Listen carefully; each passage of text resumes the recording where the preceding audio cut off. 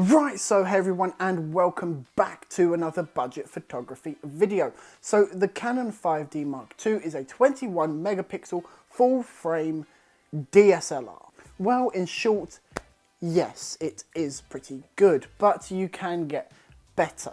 So why don't we go over some of its specs? Well, it has a 21.1 megapixel CMOS full frame sensor. It has an EF mount, which means it can utilize one of the largest selection of lenses around. The EF lenses, there are lots and lots and lots of beautiful, beautiful lenses. It is able to shoot 1080p footage uncropped, which is really, really nice. Now, it is capable of shooting about 4 or 5K, but Canon didn't include that back then because when this camera was released, 4K wasn't really a thing.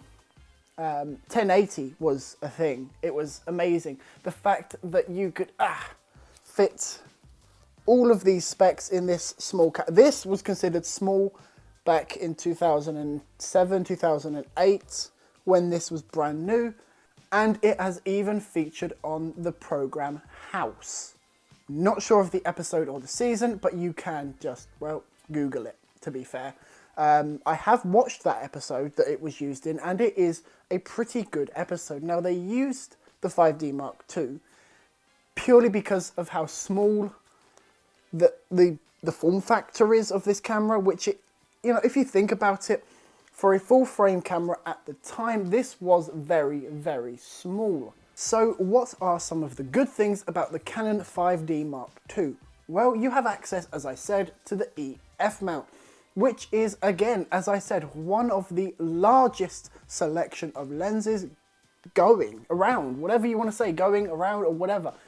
They are some beautiful lenses, and because they've been out for a while, you can pick them up quite cheaply. So, for example, the 5D Mark II with a 24-105 f4, which is kind of the kit lens that it originally came to, you can expect to pay between £800 and £1,000. Now, all depending on the condition of the body of the 5D Mark II, this one is quite beaten up. Like there, all back there, and lots of other different scratches and marks. You can expect to pay between £400 and £500. Now for the lens itself is about £400. So you're getting a pretty good deal. Now yes, £400 to £500 each is very, very expensive for some people. But when you consider that back in the day when this was brand new, this kind of setup would have been nearly £2,000, maybe even £3,000. The Canon 5D Mark II was the Canon R5 of its day. It really was amazing. People were excited about it because of what it brought to the photography industry, especially in such a small package. Another benefit is, of course, that color science, that Canon color science, which I am using right now. Here, this is Canon colors. I mean, I've color graded it, but Canon colors are amazingly nice. They just are. In some cases, you get professional people that are using other camera brands like Sony, and they color grade it to look like a Canon. Now, not everyone does that. Everyone has their own style of editing, really, but there are some video editors out there that are shooting Sony or maybe even Lumix that are color grading it to look like Canon, because Canon just have better color science and always have done. Now down to the last good thing, it takes the LPE6 battery, which is a really common and really good battery. So I know which ones need charging and which ones can go straight into the camera when I need them. I number all of my batteries. And battery life on the Canon 5D Mark II in picture mode and even in video is still pretty good, even after all these years. Now, yes, if you have a Canon original battery, you probably won't get really long battery life out of it, purely because of how old the lithium polymer or lithium ion is. So I would suggest buying another battery, whether that is from Canon themselves or a third party. Now, I always do buy third party batteries purely because they are cheaper and easier to, you can buy more of them. So if one dies, then you can just chuck it in your camera bag and put another one in. Now, yes, if you do buy a Canon official battery, you will get longer battery life than something like a third party. And that is totally down to you of what you buy. But it is only a battery, really. And on the Canon website, you can expect to pay about £30 for a battery, and whereas on Amazon, you can pay that much for about 4. So I really would recommend getting more batteries, whether they be third party or Canon official. That is down to you, and I'm not advising you which one to buy, because some third party batteries might not work with a Canon product. I haven't had any problems using third parties myself, but some people do swear by actual Canon products because of the problems that they have had with third party. And now onto the cons. Of course, there had to be cons. In a perfect world, this wouldn't even have to be done, but yes, there are cons of the Canon 5D Mark II, and they are as follows. First of all is the way that it stores data. It doesn't use SD cards, it uses CF cards, compact flash. Now, I only have one of these cards, and this is my only one, and my little one got hold of it, and I don't know if you can see it, but he drew on it. I don't know how well you can, let's see if we can zoom in, shall we?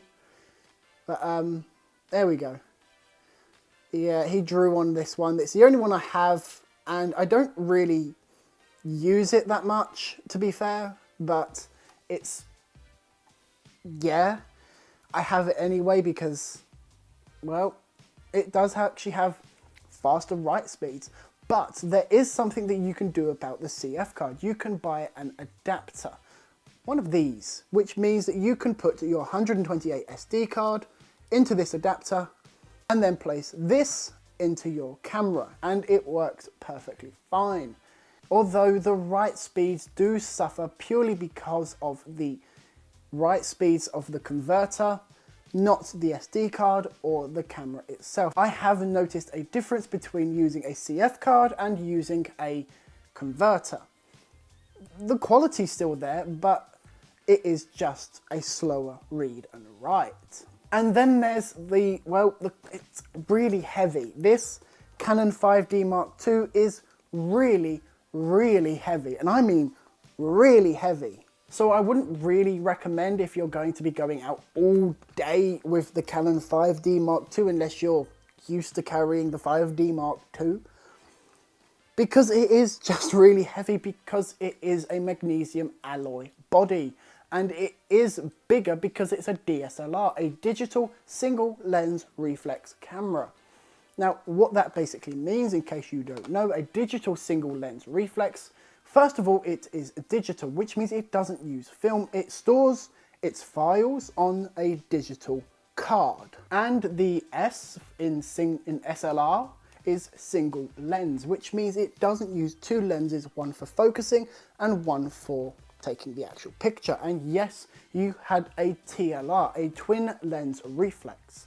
They were quite popular before the original SLRs. They're the ones that you had to look down like that. You had to look down.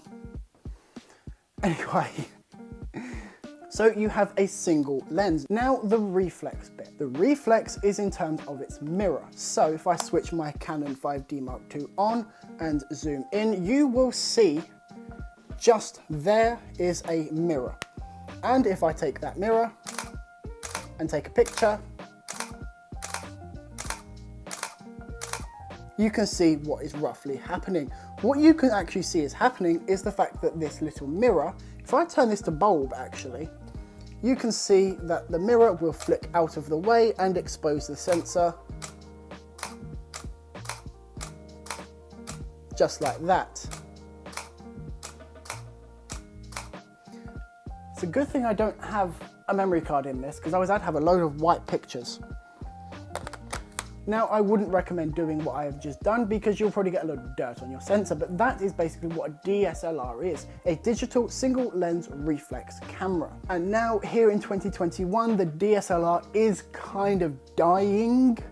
I wouldn't say it's dead yet, but it is on its way out. Companies like Canon have stopped selling mid-range professional cameras. They just aren't going to bring any more out. They are concentrating heavily now on mirrorless. Now, yes, Canon does still sell the 1DX range and still produces and makes the 1DX Mark III, which is an amazing camera. Jared from Phonos Photos said it is the best mirrorless camera out there, even though it's not a mirrorless camera. But anyway, go check that video out if you want to. DSLRs are kind of dying here in 2021, but they are not dead yet.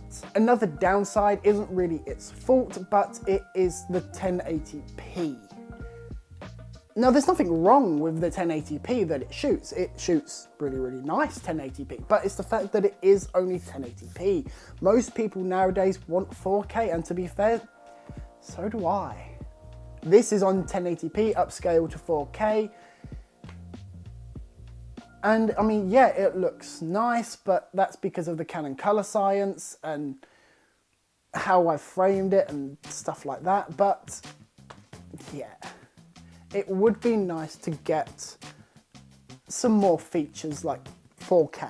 Now, yes, you can get 5.5K RAW out of the Canon 5D Mark II if you choose to install Magic Lantern. But I have had a lot of problems with Magic Lantern in the past myself. That's why I haven't done really a video on it, because I haven't really had a good experience with Magic Lantern, especially with the video files, because that's what I want it for. I want the 5.5K RAW. And I haven't really got a converter for it. I haven't found a good one that, you know, you can just use. So I wouldn't really recommend Magic Lantern unless you really know what you're doing. Or unless you're not really bothered about the video specs, in which case go for it. The 5D Mark II is an amazing camera for pictures. It is weather sealed. It is an absolute beast. This thing will survive nigh on anything that you throw at it. It can work in -21 Celsius. It can work in extreme heat. It will work in the snow. It will work in really anywhere. So, as I said, the 5D Mark II is an amazing camera in 2021. Thanks for watching, and I'll see you in the next one.